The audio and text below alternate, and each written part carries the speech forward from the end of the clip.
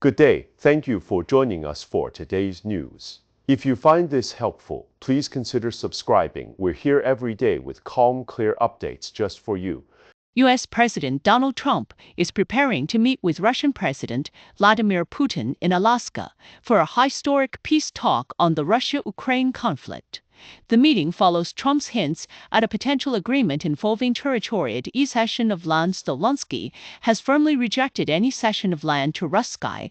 Trump has also warned Putin of economic penalties if a deal is not reached, and the outcome of the talks could significantly impact the future of the war. A week has passed since a light plane carrying 72-year-old Gregory Vaughan, 66-year-old Kim Werner, and their dog disappeared over northern Tasmania. The couple had planned a flight from Deloraine to Hillston, but the plane vanished without a distress call or tracking signal. Search efforts have covered Bass Strait and nearby islands, yet no trace of the plane or its occupants has been found. The incident has sparked debate about the safety and regulations of private aviation, with experts noting that while recreational flying, authorities continue the search, hoping the plane may have landed somewhere. But the case has raised concerns about the effectiveness of current tracking systems and the need for greater awareness in private aviation. Early morning chaos struck Times Square in New York City as 3 people were shot and wounded in a violent incident. A 17-year-old suspect is now in custody, with police recovering a firearm from the scene.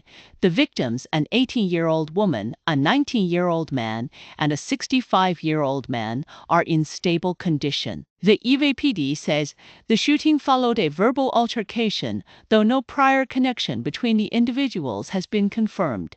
This incident adds to the ongoing debate over gun violence in the U.S., especially as New York City faces Mero El Oscar.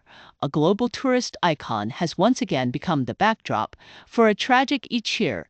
Wildfires raged across Greece, fueled by powerful winds, leaving 1 person dead and countless homes and farmlands destroyed.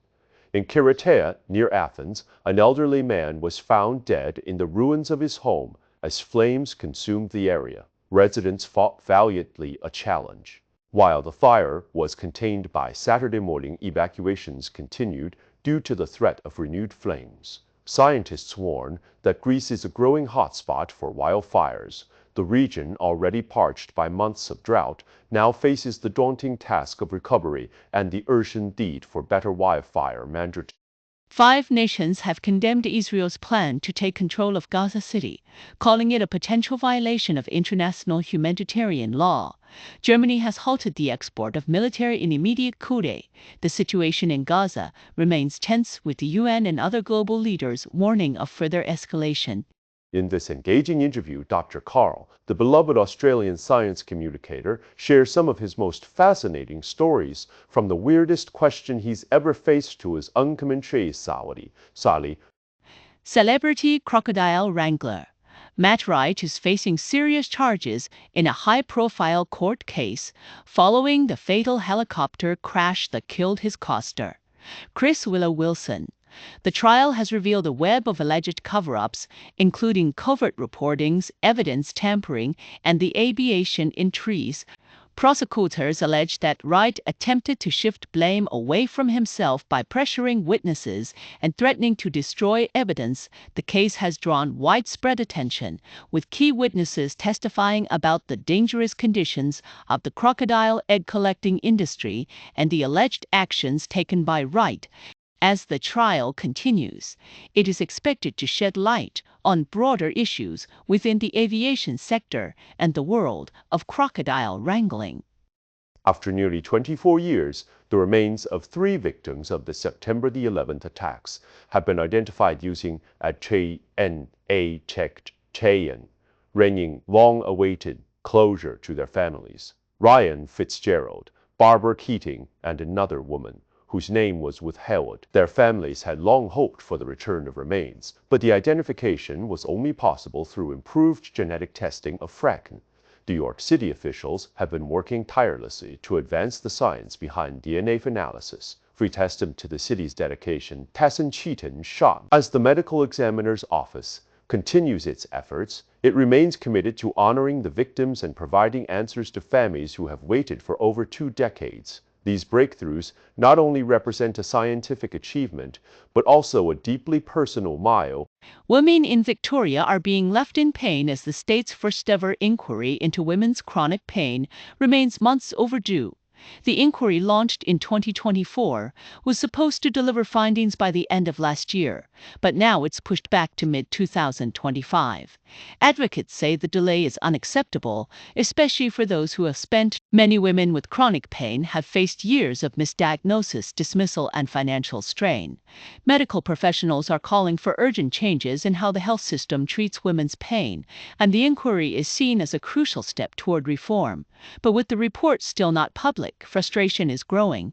The voices of these women are demanding to be heard and fast. The Matildas are set to face Wales in a historic friendly match ahead of their upcoming Asian Cup campaign. This will be the first time the two teams meet in women's football, offering a significant challenge for the Matildas as they prepare for the tournament. Coach Joe Montemurro has called the match emphasizing the importance of facing a competitive opponent. Wales, ranked 32nd in the world, has not yet qualified for a Women's World Cup, but is making its mark in European football with a spot in Euro 2025. The match is part of the Matildas' preparations for their Asian Cup campaign, which starts in March with a Madison. The team is also working to determine the availability of star player Sam Kerr, who has been recovering from an ACL injury.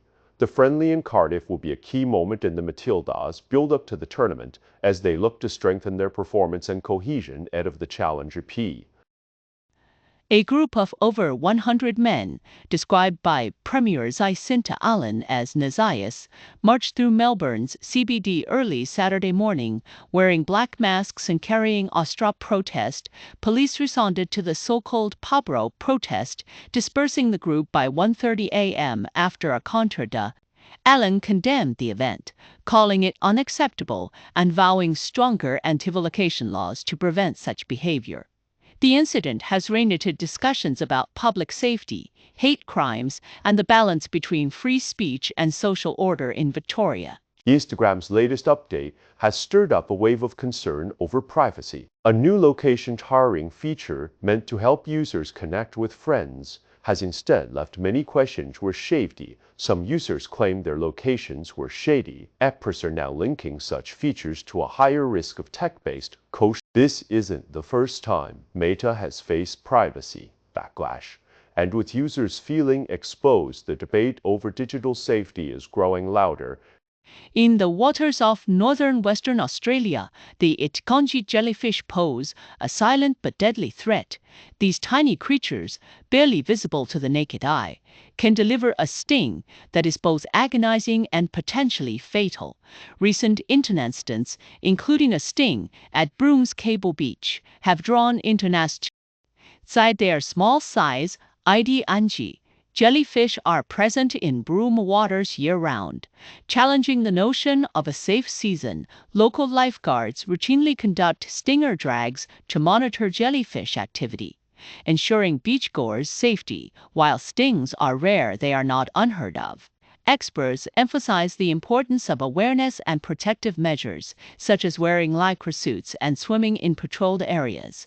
With the right precautions, visitors can enjoy the beauty of Broome's beaches while minimizing the risk of encountering these dangerous yet fascinating creatures. A recent study has found that elite male rowers are 7 times more likely to develop atrial fibrillation compared to the general population. This revelation highlights the balance between physical activity and cardiac well-being. The study coursed the need for early detection and prevention strategies. André Laguerre emphasizes the importance of using technology to monitor heart health and ensure that training regimens remain safe and effective. This research aims to help athletes take proactive steps to maintain their health. Mexico is taking legal action against Adidas over the Oaxaca slip-on shoe accused of copying traditional Huarac sandals from indigenous communities. The design, created in collaboration with Mexican-American designer Willy Chavarria, has sparked controversy as it mirrors the entry ease. Mexican President Claudia Sheinbaum has spoken out condemning the practice of big companies taking designs from end users, Adidas has reached out to Oaxacan officials to discuss restitution, marking another step in Mexico's efforts to protect its cultural heritage from global fashion fervory and the Ispampo. That's all for today's news. We appreciate your time. If you enjoyed this update, please consider subscribing. Your support helps us keep going.